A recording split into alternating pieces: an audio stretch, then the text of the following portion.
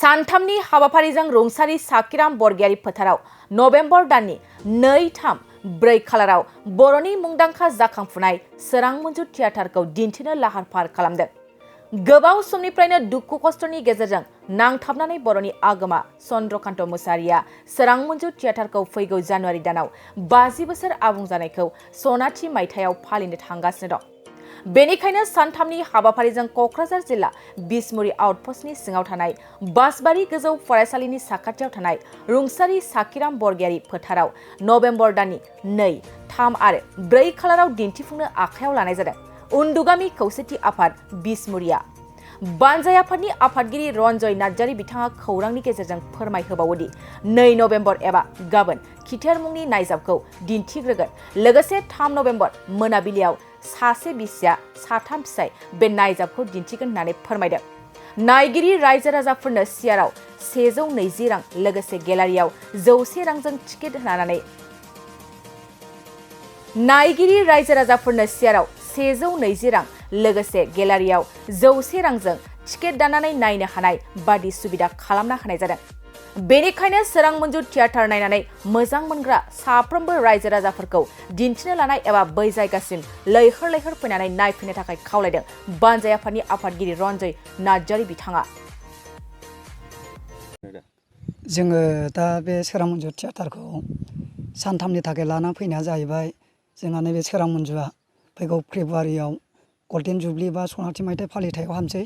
दा बेनिखायनो जोंहा गोदोनिफ्रायनो आंहा मालिक सोरां मन्जु मालिकजों एसे मोजां सोमोन्दो दं। दा बे आदाया आंखौ बुंहरबाय थानायखाय ओरैबायदि गल्डेन जुबलि जानोसै फंबाय आंनि थियेटारखौ देग्लाय बोसोराव अननानै नोंसिनि बिसमुरियावहाय खनसे लांथारदो होननायखाय जोङो नैबेहाय जोंहा मोनसे बिसमुरि ओरै ओनसोल सिङावहाय मोनसे गोदो जोंनि गामिखौ बा ओनसोलखौ उन्दुगामि होनोमोन नङा होमबा? दा बे उन्दुगामिखौनो जोङो मोनसे उन्दुगामि खौसेथि आफाद नाम दोननानै जोङो नैबे आबौ साखिराम बरगयारिनि हा फिल्ड बेहाय दिन्थिनो नागिरदों। जाहाथे बिथां सोरां मन्जु बिगुमानि गल्डेन जुबलि खुंनो नागिरनाया जाहाथे मोजाङै मोजां जाफुङो बेनि थाखायनो जों बे सोरां मन्जु थियेटारखौ सानथामनि थाखाय लायनानै हेफाजाब हरनाय जादों आरो। मा थारिखआव दिन्थिफुंगोन? जोङो नभेम्बर 2-3 4 आरोखि सानथामनि थाखाय। ओमफ्राय टिकेटनि बेसेना जाहैबाय सियाराव 120 थाखा आरो गेलारियाव 100 थाखा आरो। माने जों रायजो राजा अनसायनांगोन। मोनसे हारिनि हारिमुवा जाहैबाय थियेटार सिनेमा बेफोरजोंसो जौगायो नालाय। दा दिनै थियेटारखौ जोङो गोमालाङोब्ला थियेटारा माबादि होननानै मानसिफ्रा इयुननि गथ'फ्रा मिथिनाय नङा। दाबोथ' आंनाव सोंदों माखासे गथ'फ्रा माखौ थियेटार होनो आदै आदा होननानै। दा बेनिखायनो थियेटारा मा एबारसो बे गथ'फ्रा नुसिगोन आरोखि। ओंखायनो जाहाथे जों रायजो राजाया गाबोन फैनानै नैबे जोंनि रुंसारि साखिराम बरगयारिनि फिल्ड मुं दोनदों आरोखि फोथार बासबारि स्कुलनि एसे साहा सरकनि सोनाबहा बेयाव फैनानै लैहोर लैहोर फैनानै जाहाथे बाहागो लाफैयो नायफैयो आरो नैबे सोरां मन्जु 50 बोसोराव हाबनाय सनाथि मायथाइ फालिथायाव जाहाथे एसे जोंनि नायनायजों एसे अनसुंथाइ मोनलाङो आं बेखौनो रायजो राजाखौ बयखौबो नायफैनो थाखाय गुरै खावलायहरनाय जाबाय आरो। मोनसे थियेटाराव गोबां नायजाब थायो। मा मा नायजाबखौ नोंथांमोनहा दिन्थिफुंगोन जागोन? नायजाबाथ' जोङो गाबोन खिथेरखौ दिन्थिनाय जागोन। बेनि उनावहाय जों माखौ दिन्थिलांनाय जायो बेखौ उनावहाय जोङो बै मालिकफोरनाव सोंनानै खिन्थानाय जागोन आरोखि। लकेसन रायजो राजाफोरनि थाखाय मा फोरमायनो सानो? लकेसना जाहैबाय बिसमुरिनि साहा ओरै फैथारनानै बासबारि स्कुल मोनसे दङ। बे बासबारि हाइ स्कुलनि एसे साहा फैनानैहाय मोनसे ओरै सरकनि सोनाबहा लांदां फिल्ड दं आरो। बेखौ रुंसारि साखिराम बरगयारि फोथार जों मुं दोनदों। मानो होनोब्ला बे आबौ साखिराम बरगयारिया जाहैबाय जोंनि बिसमुरि ओनसोलनि गिबिथारै बड' साहित्य सभानि प्रेसिडेन्ट जाजेननाय नालाय। दा बेनि हायावनो दिन्थिगोन।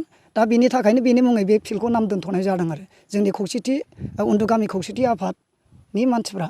बेसेबां समनिफ्राय दिन्थिनाय जागोन? बेखौ जोङो 8थानिफ्राय दिन्थिनाय जागोन। थियेटारखौ 8थानिफ्राय दिन्थिनाय जागोन आरो। दा रायजो राजाया बयबो अननानै बाहागो लाफैदो नायफैदो। एथ' फुराना 50 बोसोर हाबलायनाय थियेटार खाथिनांगौआथ' सम्भब नङा।